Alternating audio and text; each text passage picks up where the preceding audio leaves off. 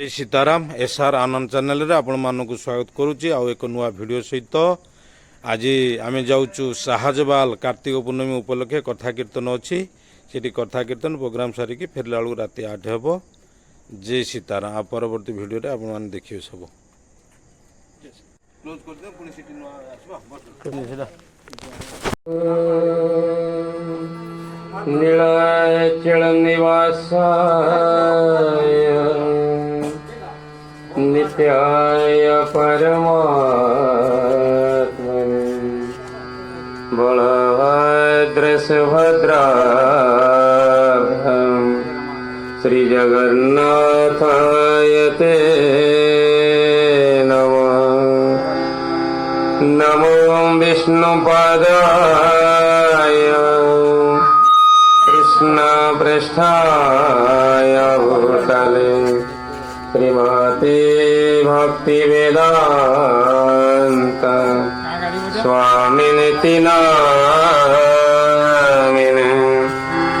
नमस्ते सरस्वती देवी गौरवाणी प्रचारिणे निर्विशेष शून्यवादी पश्चात देशता वरदारे यशोदानन्दन व्रजजनरञ्जन यशोदानन्दन व्रजजनरञ्जन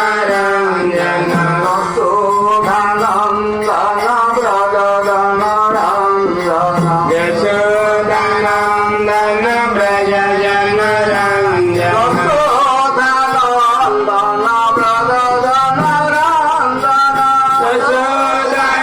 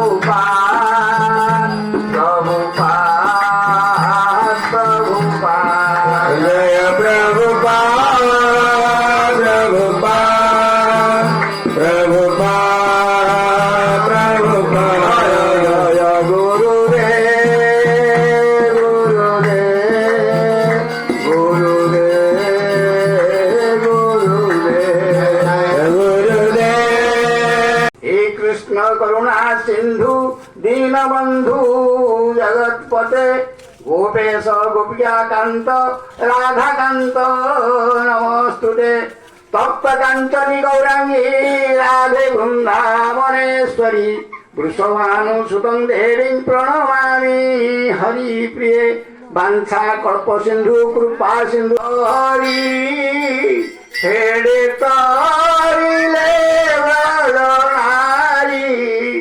से ब्रज नारीक पयरे मन मोहु देहे दिव्य ज्ञान देखी संतोष भगवान भगवान कहले ये मनुष्य देह समस्त दिव्य ज्ञान अच्छी किंतु से दिव्य ज्ञान टा लुकायित भाव अच्छी मुझे देखी सेते संतुष्ट हेबी कहीं आम सड़े 84 लक्ष जीवजनी भ्रमण करी आम देवदुर्लभ मानव शरीर पाइचे ये शरीर सहज नहीं मिली ना सर्वशरीर मध्य सार ओडिया भागवत कहले अनेक जन्म माने पुण्य बल आम देवदुर्लभ मानव शरीर पाइचे यही शरीर सबुठ नरतनु सम देह त्रिजगते नहीं विश्व चराचर सदा झुरंती यही देह पाई जो हरि भजन न करे से पापिष्ट नराधम अट संसारे आमको ये देवदुर्लभ भगवान कृपा करी आमको ये मनुष्य जदि शरीर देखी ये मनुष्य शरीर उद्देश्य हूँ कौन भगवान को लाभ करवा केमती लाभ करवा ସତ୍ସଙ୍ଗ ମାଧ୍ୟମରେ କ୍ଷଣର ବିସଞ୍ଜନ ସନ୍ତତି ରେଖା ଭବତୀ ଭବାଣ୍ଡବ ତରଣୀ ନୌକା ଯଦି ସ୍ୱଳ୍ପ କାଳ ଭଗବାନଙ୍କ ସେବାରେ ନିଜକୁ ମନ ନିହତ କରିଦେଇଛନ୍ତି ନା ଆପଣଙ୍କ ସବୁ ପୁଣ୍ୟ ହେଇଯିବ।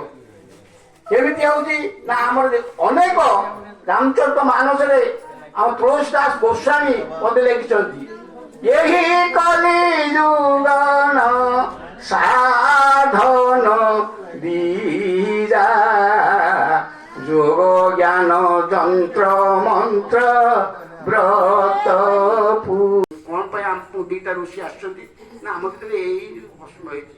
ସେ ମତେ 60,000 ବର୍ଷ ତପସ୍ୟାର ଫଳ ପ୍ରଦାନ କରିଛନ୍ତି ଏବଂ ମୁଁ 5 ମିନିଟ୍ କାଳ ଯୋଉ ବସିକି ଭଗବାନଙ୍କ ନାମ କୀର୍ତ୍ତନ କଲି ତାର ଫଳଟା ମୁଁ ଦେଇଛି। ତେଣୁ ତାଙ୍କର ମନ ଦୁଃଖ ହେଉଛି ଆମ ଭିତରେ କିଏ ଶ୍ରେଷ୍ଠ ଆପଣ ଟିକେ ବିଚାର କରନ୍ତୁ।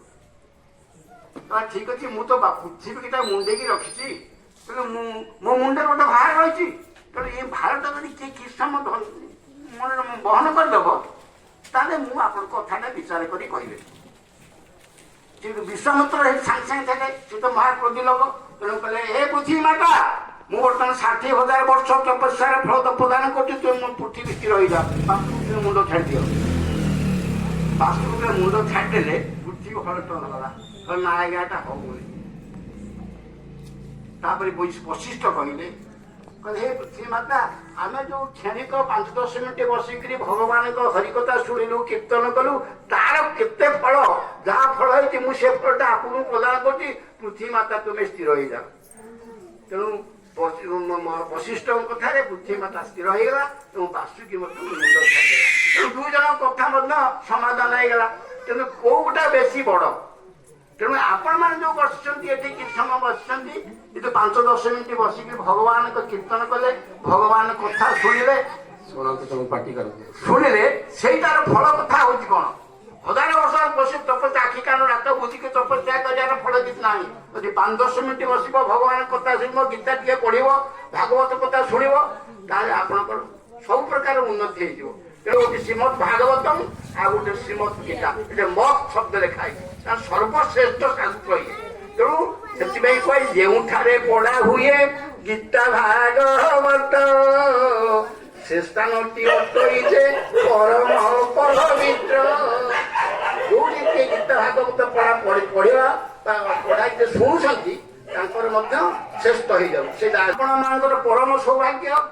ସମସ୍ତେ ଏ କଥାଟା ଶୁଣିବାକୁ ଶୁଣି ପାରିବେନି ଯାହାର ପୂର୍ଣ୍ଣରୁ ଶ୍ରୀକୃତ ଥିବ ସେଇମାନେ ଏ କଥା ଶୁଣିବ। ଭଗବାନ କୃପା ହେଲେ ଭଗବାନ କଥା ଶୁଣିବ। ଭଗବାନ କୃପା ଯେପର୍ଯ୍ୟନ୍ତ ନ ହବ ଭଗବାନ କଥା କେବେ ଶୁଣି ପାରିବ ନାହିଁ। ତେଣୁ ଆପଣଙ୍କ ପାଖରେ ଭଗବାନଙ୍କର ଆଶୀର୍ବାଦ ଅଛି। ଆପଣଙ୍କୁ ଭଗବାନଙ୍କ କୃପା ହେଇଛନ୍ତି ଯାହା ଫଳରେ କି ଏ ଭଗବାନ କଥା ଶ୍ରବଣ କରିବା ପାଇଁ ଆପଣ ସୁଯୋଗ ପାଇଛନ୍ତି। ଅନେକ ଜନ୍ମ ଦରବାରକୁ ନାରାୟଣଙ୍କ ଦରବାରକୁ ନାରଦ ମହର୍ଷି ଯାଇ ପହଞ୍ଚିଲେ। ନାରାୟଣ ନାରାୟଣ ନାରାୟଣ ହେଇକି ଯାଇ ପହଞ୍ଚିଲେ। ଭଗବାନ କହିଲେ ନାରଦ କୁଆଡେ ଆସିଲ? ଆଜ୍ଞା ମୁଁ ଗୋଟେ ପ୍ରଶ୍ନ ପଚାରିବାକୁ ଅଛି। କଣ ନା ସାଧୁ ସଙ୍ଗ କଲେ କଣ ଫଳ ହବ? ନା ସାଧୁ ମାନଙ୍କ ବାସରେ ବସି ସାଧୁଙ୍କଠୁ ମୁଖରୁ କିଛି କଥା ଶୁଣିଲା କଣ ଫଳ? ନା ଏଇ କଥା ତମେ ଜାଣିପାରୁନ? ଯାହା ସେ ହିମାଳୟ ପାହାଡ ଉପରେ ଗୋଟେ ଗଛରେ ପକ୍ଷୀଟାଏ ଅଛି। ସେ ପକ୍ଷୀଟା ସତ୍ୟ ଗୋଟେ ଛୁଆ ଦବ ତୁମକୁ ସେ କହିବ ସେ କଥା।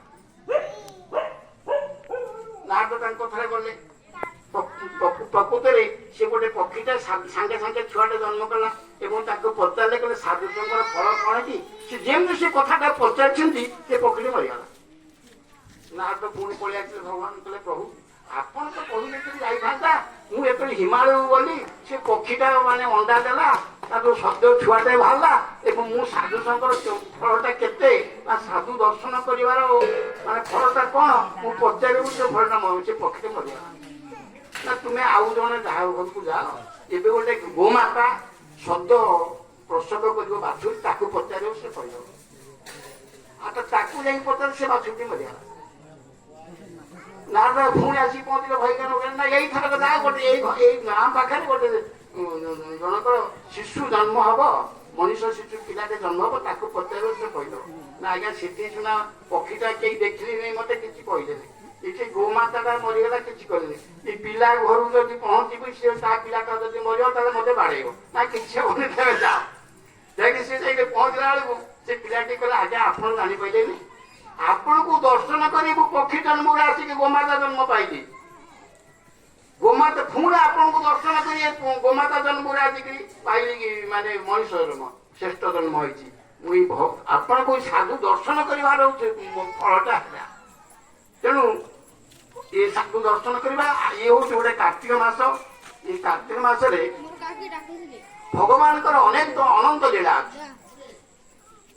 ଅନନ୍ତ ଲୀଳା ତୁମର ନାହିଁ ତାର ପଟାନ୍ତର, କି ବନିବି ମୁହିହୀନ ଜନ ପାବର। ଭଗବାନଙ୍କ ଯୋଉ ଅନନ୍ତ ଲୀଳା ଅଛି ତାକୁ ବର୍ଣ୍ଣନା କରିବାକୁ ଆମର ଶକ୍ତି ନାହିଁ। ଦୟାମୟ ଦୟା ସାଗର, ତୁମ କୃପା ବିନୁ ଜୀବ ନ ପାଏ ଉଦ୍ଧାର। ଆପଣଙ୍କ କୃପା ନହେଲେ ମୁଁ କହିପାରିବି। ଗଙ୍ଗା ଜଳେ ଗଙ୍ଗା ପୂଜା ହୁଏ ଦେଶନ, ନିଜ ମୁଖେ ନିଜ ମନ୍ତ୍ର କର ଉଚ୍ଚାରଣ। ଭଗବାନଙ୍କର ଦିବ୍ୟ ନାମ ଯୋଉ ଆପଣ ହରେ କୃଷ୍ଣ କୃଷ୍ଣ କୃଷ୍ଣ ହରେ ହରେ, ହରେ ରାମ ରାମ ରାମ ହରେ ହରେ, ଏ 16 ନାମ 32 ଅକ୍ଷର ନାମଟା ଯୋଉ କହିଲେ ଏ ସବୁ ଯାକ ପାପ ଚାଲିଯାଇଛି। ଯଥେଇ ଦୃଷ୍ଟି ସମିଧାକିନି ଭସ୍ମସାତ୍ କୁରୁତେ ତୁନ, ଜ୍ଞାନାକିନି ସର୍ବକର୍ମାଣି ଭସ୍ମସାତ୍ କୁରୁତେ ତଥା। ଯଦି ଗୋଟେ ନିଆଁଟା ଜଳୁଛି, ଯଦି ତା ଯେତେ ମାନେ ଅଳିଆ ପକେଇଦବ ସବୁ ଜାଳି ପୋଡ଼ି ଭସ୍ମ କରିଦବ। ସେ ପୁରା ଅଶୁଭାଣି ଚକର୍ମାଣି ସୁମହାପାତକାନିଚ, ଭକ୍ତି କ୍ଷଣେନ ଦହନ୍ତି ତୁଳା ରାଶି ବିଭଂସବ। ଯେତେ ପ୍ରକାର ଅଶୁଭ କାମ ଆପଣଙ୍କର ରହିଛି, ଯଦି ଥରେ ହୃଦୟ ସହିତରେ ଏଇ ଭଗବାନଙ୍କ ଦିବ୍ୟ ନାମ କୀର୍ତ୍ତନ କରିବେ, ତାହେଲେ ସବୁ ପ୍ରକାର ପାପ ଆପଣଙ୍କର ନିଶ୍ଚିତ ନଷ୍ଟ ହୋଇଯିବ। ଏଥିରେ ସନ୍ଦେହ ନାହିଁ। କେମିତି ନଷ୍ଟ ହବ ନା ତୁଳା ଯେମିତି ନିଆଁରେ ପଡ଼ିଲେ ସାଙ୍ଗେ ସାଙ୍ଗେ ଜଳିଯାଉଛି ସେମିତି।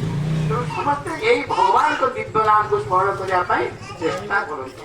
ଏଇ ଯୋଉ କାର୍ତ୍ତିକ ମାସ ଗୋଟେ ଧର୍ମ ମାସ। ଧର୍ମ କଣ? ଧର୍ମ କଣ? ଧର୍ମ କାହାକୁ କହନ୍ତି? ଯିଏ ଯେ ଧର୍ମ ଇତ୍ୟାମ ସ୍ୱୟଂ ପରମ ପ୍ରଭୁ। ଲୋକକ୍ରିୟ ବା ଜଗତ୍କ୍ରିୟ ସେଇ ସମୟରେ କଣ ହେଇଛି ନା ନିଜେ ଦଧି ମା କରୁଛନ୍ତି। ତା ପୂର୍ବରୁ କଣ କରୁଛନ୍ତି ନା କାହ୍ନାକୁ କ୍ଷୀର କ୍ଷୀର ଖାଇବାକୁ ଦେଇ ଶୋଇ ଦେଇଛନ୍ତି। କାହିଁକି ଶୋଇଦେଲେ ନା ପିଲା ଯଦି ଦୁଷ୍ଟ କରିବ ତାହେଲେ ମା ଆଉ କିଛି କାମ କରିବେନି। ପିଲା ଧିଲା ଦିନ ରାତି ଖେଳନା ଧରବେ, ରହିଲେ ମାଟି ମୋ ଆଇ ଧନ, ତେବେ ମାତା ମା ପାଏ ରିହାତି ମୋ ଆଇ ଧନ। ଯେବେ ଯେଉଁ ଦିନ ପିଲା ଖେଳନା ଧରବ, ଫୋପାଡ଼ି ଦେଲା ମହାପ୍ରଭୁଏ, ଆଉ ଗୌର ବୋଲି ଡାକିଲା ମହାପ୍ରଭୁଏ।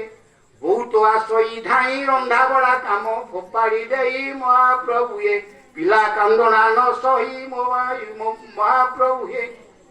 ଯଦି ପିଲାଟାକୁ ଖେଳିବାକୁ କିଛି ଦଳ ଖେଳନା ମା ତାର ଦେଇଦେଇଛି, ସେ ଖେଳୁଛି, ମା ତାର ନିଶ୍ଚିତ ଘରେ କାମ କରୁଛି। ଯେତେବେଳେ ପିଲାଟା ଖେଳନା ନ ପଡି କାନ୍ଦିଲା, ବୋଉର ବୋଲି ଡାକିଲା, ବୋଉ ଘରେ ରୋଷେଇ କରୁଥିଲେ ସମ୍ଭାଳି ହବ? ମୋ ପୁଅ କିଏ ମାଇଲା ବୋଲି ରନ୍ଧା ବଢା କାମ ଛେଦେଇ ଦେଇ ତା ପୁଅ ଗୁଡେ କୁଣ୍ଡେଇକି ବାଲି ଛାଡିକି କୁଣ୍ଡେଇକି ଆଣିବ। ସେଇଭଳି ଭାବରେ ଯଶୋଦା ମା ମଧ୍ୟ ତା ପିଲାଙ୍କୁ କିଛି ଖାଇବା ପିଇବାକୁ ଦେଇକି ଶୋଇ ଦେଇଛି। ଦଧି ମନ୍ଥନ କରୁଛନ୍ତି। ମା ଯଶୋଦା ନୀଳ ରଙ୍ଗର ଶାଢୀଟା ପିନ୍ଧିଛନ୍ତି, ପୁଥୁଳାକାର ଶରୀର, ମାନେ ଗର୍ଭର ନାଗରେ ଆଜି ନନ୍ଦ ଭବନ ପ୍ରକମ୍ପିତ ହେଇଯାଉଛି ଏବଂ କଥାରୁ ଝାଳ ଗୁଣ୍ଡୁ ତଳେ ପଡିଯାଉଛି। ସେ ତ କେବେ କାମ କରିଥିଲେ ରାଣୀ ନା ଯଶୋଦା, ତାଙ୍କର ଶହ ଶହ ଚାକରାଣୀ ଅଛନ୍ତି। ତେଣୁ ସେ ନିଜେ ଆଜି ଦଧି ମନ୍ଥନ କରୁଛନ୍ତି ନିଜର କାହ୍ନା ପାଇଁ ବା ଭଗବାନ ପାଇଁ। ତେଣୁ ଯେ ପରିଶ୍ରମ ହଉଛି। ଆଜି ମୁଣ୍ଡରେ ଯୋଉ ଫୁଲଟା ଖୋଜି ଯାଇଛନ୍ତି, ସେ ଫୁଲଟା ଆସି ତଳେ ପଡିଯାଉଛି। ଫୁଲ କହୁଛି ମା ଯଶୋଦା, ମୁଁ ଆଉ ତ ମୁଣ୍ଡରେ ରହିବି ନାହିଁ। ନା କାହିଁକି ରହିବୁନି? ମୋ ମୁଣ୍ଡରୁ କାହିଁ ଖସିଲୁ? ନା ତୁ ଭଗବାନଙ୍କ ପାଇଁ ଆଜି ନିଜେ କାର୍ଯ୍ୟ କରୁଛୁ, ତୁ ମୁଣ୍ଡରେ ରହିବା ଦରକାର ମୋର ପଡୁନାହିଁ, ତୋ ଗୋଡ ତଳେ ମୁଁ ରହିବି। ଫୁଲ ତାର ଆଜି କହୁଛି ଆଜି ଗୋଡ ତଳେ ପଡିଯାଉଛି। ମାନେ ମୁଣ୍ଡରୁ ଯୋଉ ଗଭାବରେ ଯୋଉ ଫୁଲଟା ଖୋଜିଥିଲେ ମା ଯଶୋଦା, ସେ ଫୁଲଟା ମନକୁ ଖସିକି ଆଜି ଗୋଡ ତଳେ ପଡୁଛି। ମାନେ ଭଗବାନଙ୍କ ସେବା କରିବ, ସମସ୍ତେ ଆଜି ତମକୁ 33 କୋଟି ଦେବତା ମାନେ ମଧ୍ୟ ସାହାଯ୍ୟ କରିବେ। ସମସ୍ତେ ଯେଝା ହୁଏ ଯେ ନର ତପ ଆଚରନ୍ତି, ଦେବତା ମାନେ ମଧ୍ୟ ବିଘ୍ନ ଚିନ୍ତା କରନ୍ତି, ମୁଁ ସହାୟ ମଧ୍ୟ କୁହନ୍ତି। ଆଉ ଯଶୋଦା ମଧ୍ୟ ଘର ନାଦ ହେଉଛି। ଏଇ ସମୟ କାହ୍ନା କଣ କଲେ, ମାନେ ଉଠିକି ପଳେଇ ଆଇଲେ। ତୁ ନାଦ ଶୁଣିକି ଉଠେଇକି ପଳେଇ ଆସିଲେ। ଆସି କଣ ପିଲା ମାନଙ୍କର କଣ କର, ମା ମତେ ଖାଇବାକୁ ଦେ, କ୍ଷୀର ଖାଇବାକୁ ଦେ, କ୍ଷୀର ଖାଇବାକୁ ଦେ। ଆରେ ତେତେ ପରା କହି ଏଇନା ଖାଇବାକୁ ଦେଇକି ଶୋଇଥିଲି, ଏଇ ଟିକେ ଘଡ଼ିଏ ପଡେ ନ ଯାଉ ତେତେ ଭୋକ ହେଇଗଲା ନା, ତୁ ଯା ଯା ଆଉ ଟିକେ ପଡେ ଖା। କାହ୍ନା ତ ନଛଡ଼ ବନ୍ଧା, ସେ ତାକୁ ଧରିକି ମାକୁ କୁଣ୍ଡେଇ ପକେଇଲା। ମା ଯଦି କ'ଣ କରିବେ ତାକୁ ଦବି ହାଣ୍ଡିଟାକୁ ଯୋଉ ମାଖନ ମଥାଟାକୁ ଧରି ପକେଇଲା ବେଳେ ଭଗବାନ କହେ ମା କ'ଣ କଲେ ତାଙ୍କୁ କ୍ଷୀର ଦେଲେ ଦଧି ମନ୍ଥନ ବନ୍ଦ କରି କ୍ଷୀର ଆଉ କିଏ ବାନ୍ଧି ପାରିବେ। ସେଥିପାଇଁ ଭକ୍ତ ଆଜି ପ୍ରାର୍ଥନା କରୁଛି ସବୁ ବନ୍ଧନ ଖୋଲି ଦେଇ ପ୍ରଭୁ ତୁମରି ବନ୍ଧନେ ବାନ୍ଧ ତୁମ ପ୍ରେମ ଡୋରି ମୋ ଗଳାରେ ବାନ୍ଧି টানি নিও তুম পাশ। কোন ডোরি? প্রেমর ডোরি। সেই ডোরিটাকে প্রেম বলা। প্রেম এবং কাম বহু তফাৎ। প্রেম স্বর্গীয় কাম নরকীয় প্রেম নুহে কাম সরি কাম প্রেম মধ্যে তুলনা অশেষ আকাশ পাতাল পরি। আজ প্রেমর ডোরু বাঁধিকি আকাশ মোর মতো ভিড়ি নেইতা আপনার পাখক মু আপনার পাখক যাকে অযোগ্য আপনার যদি কৃপা ন করিবে আপনার যদি মতো আলিঙ্গন ন করিবে সেপাই এ করুন। তেমনি জগন্নাথ হাত আজ হাত খোলি দিয়েছেন আর আস প্রতিপাবন করছি আস যেতে দলিত নিষ্পতিত অথ সমস্ত আশা মু তোমার কোলাহল করি ভগবান করছেন। তেমন আমি কিন্তু যাইপারুনু তাঙ্ক পাখ সেটা হচ্ছে আমার অযোগ্য তেমন আমি তাঙ্ক পাখু যাওয়া পড়বে। ভগবান ইচ্ছা করে ধরা দেলে এবং যশোদা মা তাଙ୍କୁ କ'ଣ ତାଙ୍କୁ ନିଜର ଦୌଡ଼ିରେ ବାନ୍ଧିଲେ ବାନ୍ଧିଲେ ଦୁଇ ଆଙ୍ଗୁଳି ନ ଉଠାଇଲା। ଯେତେ ଗୋପୀମାନେ ଥିଲେ ସମସ୍ତଙ୍କ ଘରୁ ଆଜି ଲୁଗାପଟା ଏବଂ ଦୌଡ଼ି ଆସିଲା ଶଗଡ଼ ଦୌଡ଼ି ଆସିଲା ଯେତେ ହେଲେ ମଧ୍ୟ କେବେ ବାନ୍ଧି ପାରିଲେନି। ଯଶୋମତୀ ମା କହୁଛି କାହ୍ନା ମତେ କ'ଣ ଆଜି ଏତେ ଲୋକ ସମ୍ମୁଖରେ ମାନେ ଲଜ୍ଜିତ କରିବୁ ମୁଁ ଆଜି ଏତେ ବାନ୍ଧି ପାରିବି ନାହିଁ। ମା ଦି ଆଙ୍ଗୁଳି ନ ଉଠାଉଛି କାହିଁକି ସେ ଦି ଆଙ୍ଗୁଳି କ'ଣ ନା ଶ୍ରଦ୍ଧା ଆଉ ବିଶ୍ୱାସ। ଭଗବାନଙ୍କ ଉପରେ ଶ୍ରଦ୍ଧା ରକ୍ଷା ଦରକାର। ସଦା ଭଗବତ ଜ୍ଞାନ ତତ୍ପରି ହରି ନାମ ତାରେ ନ କହିବ ସାଧୁ ଜନ ବୈଷ୍ଣବ ଆଚାରେ। ଯୋଉମାନେ କଥାରେ ଶ୍ରଦ୍ଧା ନାହିଁ ରୁଚି ନାହିଁ ସେମାନେ କେବେ କହିବନି। ଶ୍ରଦ୍ଧା ବିଶ୍ୱାସ ବିଶ୍ୱାସରେ ମିଳନ୍ତି ହରି ତର୍କେ ବହୁ ଦୂର। ଆଗ ବିଶ୍ୱାସ କର ଭଗବାନ ଅଛନ୍ତି। ଅତ୍ର ସତ୍ୟ ভবে নুহে তুমারি জগতে সমস্তে তুমারি পুরি তুমে সবুরি পরহিত পাহি অরপি প্রিয় নিজ জীবন তাঠারু বলি সম্পদ নাহি তিনি ভুবন পরোপকার স্বর্গায়। আজ যশোদা বান্ধি পকাইଛନ୍ତି সদা বিশ্বাস বান্ধি পকাই কোন বান্ধিলে না জামলা অর্জুন পক্ষে অগଣା জামলা অর্জুন কিଏ ନା ନଳକୂଳର ମଣିକ୍ୟ। ସେ ଅନେକ କଥା ସେ ବହୁତ କଥା ସେ ନଳକୁ ବାନ୍ଧି ଦେଲେ। ସେ ନାରଦଙ୍କ ଅଭିଶାପରେ ସେ ଜାମଳା ଅର୍ଜୁନ ବନ୍ଧା ହେଇଥିଲେ ମୁଁ ତା ଭିତରେ ବାନ୍ଧିଦେଲି। ଆଉ ସବୁ ଗୋପୀ ଗୋପାଳ ମାନେ ମଧ୍ୟ ସବୁ ମାସରେ ମଧ୍ୟ ହେଇଥିଲା। ଏବଂ ଏଇଟା ଯୋଉ 5 ଦିନ ଚାଲୁଛି ଏଇଟା ଭୀଷ୍ମ ପଞ୍ଚକ ବୋଲି କଣ? ଭୀଷ୍ମ ପଞ୍ଚକ କଣ ନା ଭୀଷ୍ମ ଯେମିତି ପ୍ରତିଜ୍ଞା କରିଥିଲେ। କଣ ପ୍ରତିଜ୍ଞା କରିଥିଲେ? ଭୀଷ୍ମ ହଉଛି କାହା ପୁଅ? ଗଙ୍ଗା ମାତାଙ୍କର ଗର୍ଭରୁ ଶାନ୍ତାଙ୍କର ଜନ୍ମ ହୋଇছিল ଭୀଷ୍ମ। ତାଙ୍କ ନାଁ ପ୍ରଥମ ଥିଲା ଦେବବ୍ରତ।